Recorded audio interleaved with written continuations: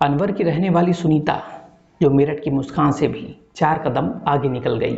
जहां मेरठ की मुस्कान ने अपने पति की हत्या कर और शव को कई टुकड़े में काट कर उसे नीले ड्रम में डाल दिया था और फिर ऊपर से सीमेंट का घोल डाल दिया था। लेकिन अब अलवर की रहने वाली सुनीता ने भी अपने प्रेमी के साथ मिलकर अपने पति हंसराज की बड़ी ही निर्मम तरीके से हत्या कर दी और शव को छुपाने के लिए मुस्कान की ही तरह सुनीता ने भी नीले ड्रम का इस्तेमाल किया।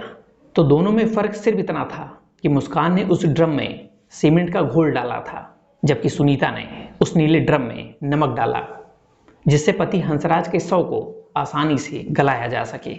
और उसके बाद उस ड्रम के ऊपर कपड़ा डाला, बड़ा सा पत्थर रखा। लेकिन कहते हैं ना, कातिल कितना भी चालाक क्यों ना हो, एक ना एक दिन सच सबके सामने आ ही जाता है।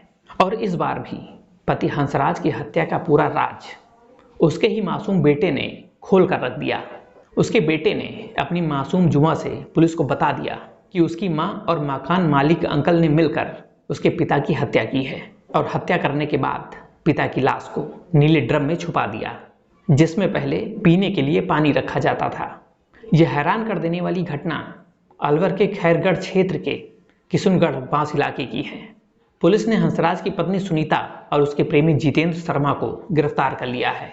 जहां पुलिस जांच में ये सामने आया कि बीते 15 अगस्त की देर रात तीनों ने मिलकर पहले शराब पार्टी की और पार्टी करने के बाद सुनीता और उसका प्रेमी जितेंद्र दोनों ने मिलकर पति हंसराज का मुंह तकिए से दबा दिया, जहां उसकी मौत हो गई। तो हत्या करने के बाद दोनों लाश के पास पूरी रात बैठे रहे और फिर सुबह होते ही शव को नीले ड्रम में डालकर उसके ऊपर नमक, कपड़े और पत्थर डाल दिए। और फिर अगले दिन जितेंद्र ने अपनी बाइक पर सुनीता और उसके तीनों बच्चों को बिठाकर वहां से फरार हो गया। लेकिन ये अपराध का सफर ज्यादा दिन तक नहीं चल सका। जहां अलवर के ही रामगढ़ इलाके में एक ईंट भट्ठे पर जब दोनों काम मांगने पहुंचे तो वहां के लोगों ने दोनों को पहचान लिया था और पुलिस को इस बात की सूचना दे दी। पुलिस भी थोड़ी ही देर बाद मौके पर पहुंचती है और दोनों को दबोच लेती है। जहां जांच में ये सामने आया कि सुनीता और जितेंद्र के बीच पिछले 4 महीनों से अवैध संबंध चल रहे थे। तो पति हंसराज जो पहले से ही दोनों पर शक करता था, लेकिन फिर एक दिन हाल ही में दोनों की नज़दीकियों के बारे में उसे यकीन हो गया था और इसी बात को लेकर आए दिन हंसराज और उसकी पत्नी सुनीता के बीच झगड़े होने लगे। जहां परेशान होकर सुनीता और उसके प्रेमी जितेंद्र ने पति हंसराज को रास्ते से हटाने की साजिश रच डाली।